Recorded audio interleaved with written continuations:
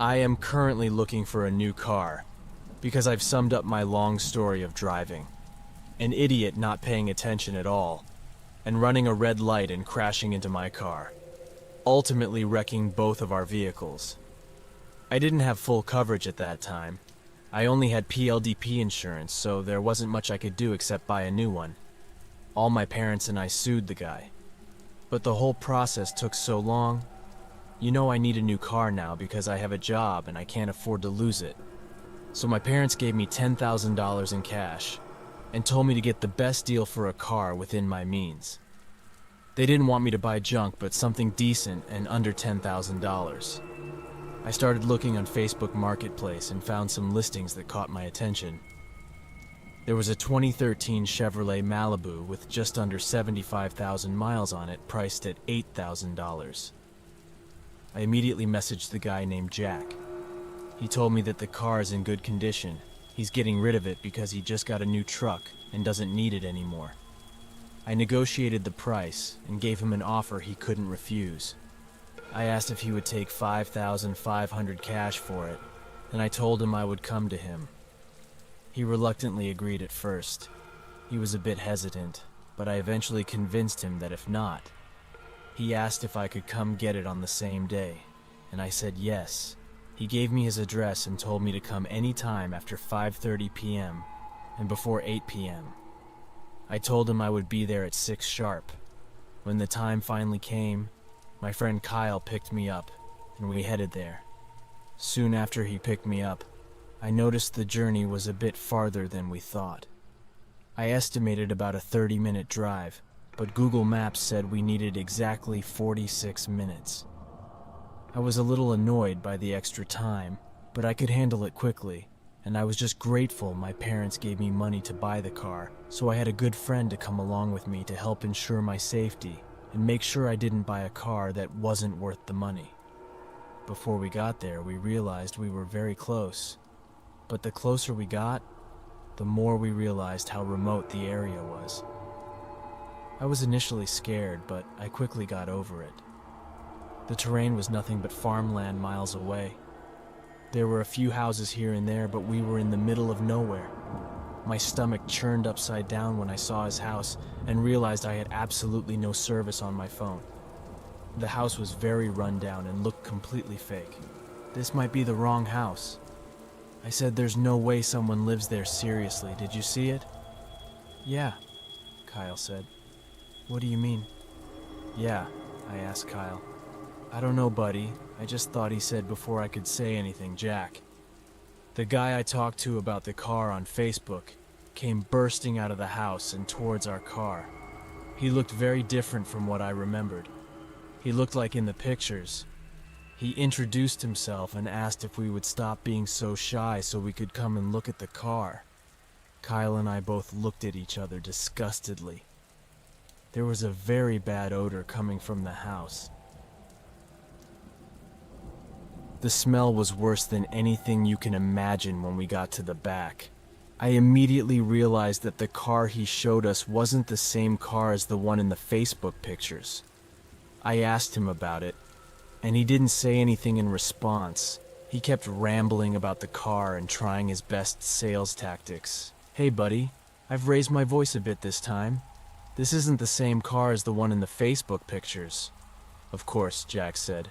"What are you talking about? It's a 2013 Chevy Malibu, just a different color, and maybe a little different from the Chevy Malibu in the pictures, still running fine and in good condition." I told him I wasn't interested in the car, so Kyle and I turned around and started walking towards Kyle's car so he could get out of it. As we were walking away and soon turning back, we saw 2 men blocking the gate of the backyard, and another man on the back porch with a bow and arrow.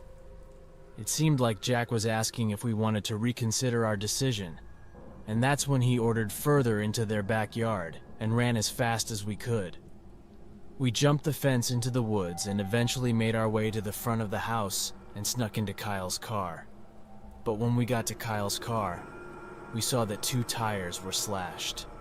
We panicked, wondering what we would do because not only were the tires slashed, but Kyle had lost his car keys somewhere along the way when we were running, so we did the only thing we thought we could do. We had to walk along the trail until we could get service to call the police and my parents to pick us up. We walked for almost an hour before our phones had enough service for a call. Finally, my parents picked us up and we waited for the police to arrive. The police found out that the house was indeed abandoned and no one was living there legally anymore. Moreover, we were just lucky they didn't try to follow us. The situation could have been much worse than when we managed to get out without injury, although that was the most important thing, which I finally headed to a car dealership the next day with my dad, and we got a decent car for myself. Everything is back to normal now, but even thinking about this situation keeps me focused.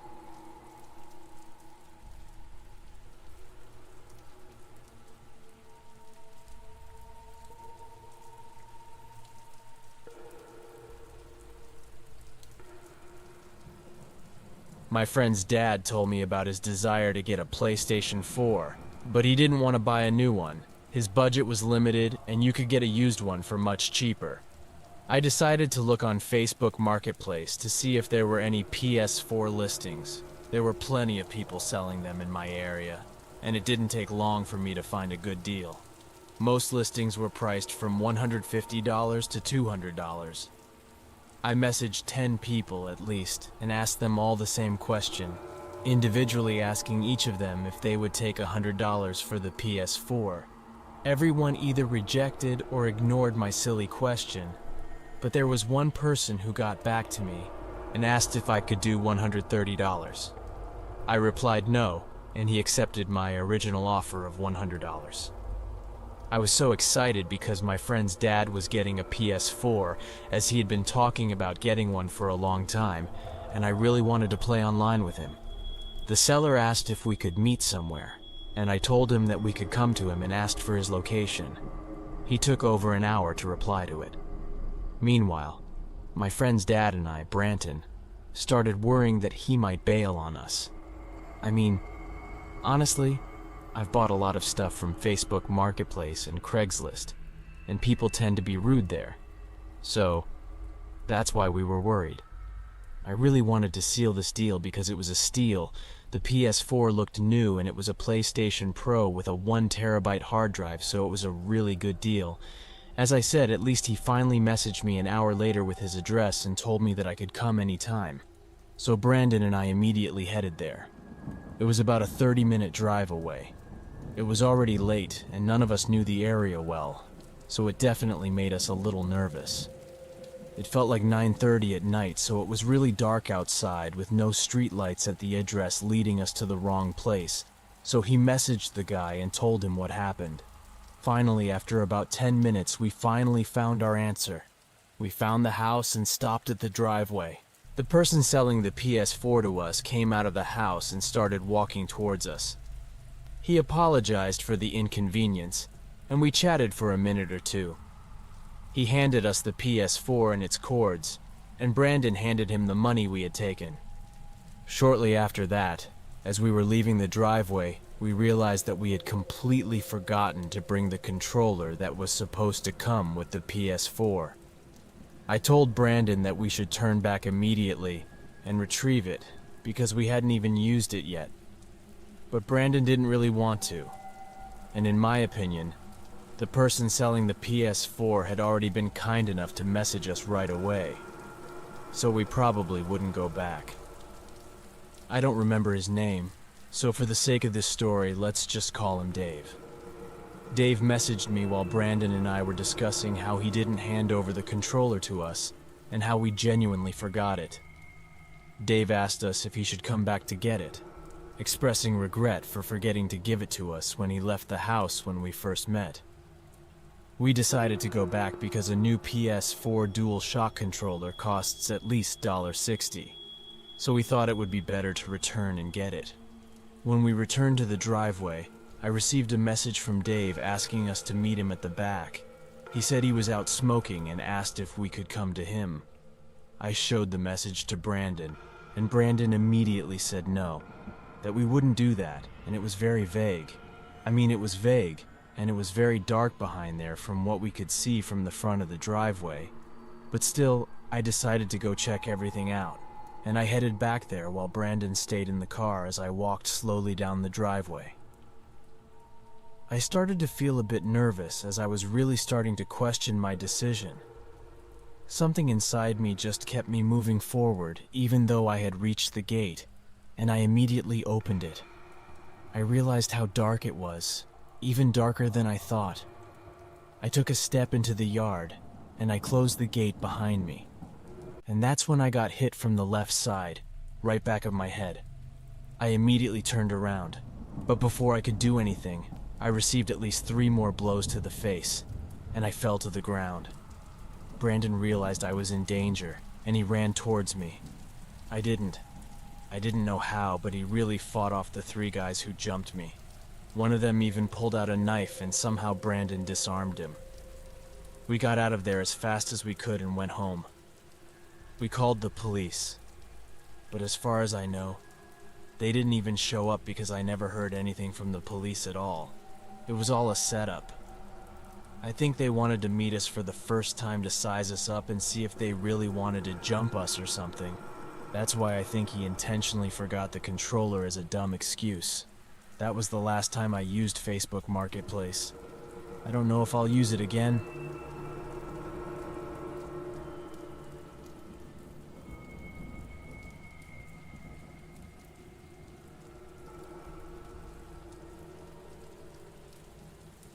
My mother once told me a story about how she used Facebook Marketplace when I was still young, and that was the only time she ever used it. She was just browsing there for fun and scrolling through listings, not really impressed to buy anything or looking for something specific, as I said. She was just checking something out. She found this bundle of clothes, though, that caught her attention. It was a bundle of women's clothes with over 100 items listed for $50 or something. She checked out the bio and found that most of the clothes were her size, so she messaged the seller asking if she could see some pictures. The woman selling the clothes responded and told her that she couldn't send pictures of the clothes and explained that most of the clothes were her size. The clothing items were from American Eagle with tops, pants, sweaters, and so on. The woman asked if my mother wanted to meet, and when my mother replied yes, the woman asked her if she could meet her at the nearest church just a few miles outside of town. My mother knew exactly which church she was talking about, so she agreed. The church was in the countryside, but there were 2 houses adjacent on each side, so my mother felt she would be safe. They met around 6:30 p.m. on the same evening, and that's when everything turned terrifying. I'll try my best to paint the picture for you and explain exactly how my mother described this to me. When my mother arrived at the church to meet this woman, she parked in front and waited for the seller to arrive. She messaged the seller after 5 or 10 minutes of being there to let her know she was there. The woman, whose name on Facebook was Rachel, I think she replied to her message and told my mother that she was already out there too, and to come to the back side of the church. My mother was very suspicious, but still went and drove towards the back parking lot. As soon as she turned the corner, she saw a white van parked on the sidewalk right next to the cornfield behind the church, but she didn't see anyone inside. The van had all blacked out windows, and she couldn't see its contents in there. My mother rolled down her window and parked a few meters from the van parallel to it, and waved at it to signal that she was the one looking to buy the clothes. The woman came out of the van with a large trash bag full of clothes and handed it to my mother, and then they both introduced themselves to each other.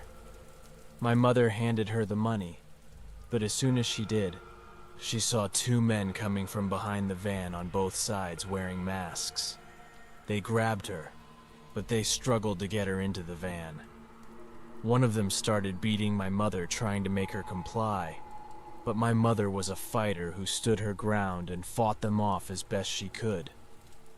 The only reason my mother is still here today is because a farmer came out apparently watching everything from the neighboring house with a hunting rifle and started yelling at the guys, then threatened them with the rifle. The guys let go of my mother and they drove off. The farmer tried to shoot the rear left tire of their van, but they still left and fled. We called the police, and they went looking for the vehicle. But unfortunately, as far as I know, they never found them. The man saved my mother's life, and for that, I can't thank him enough.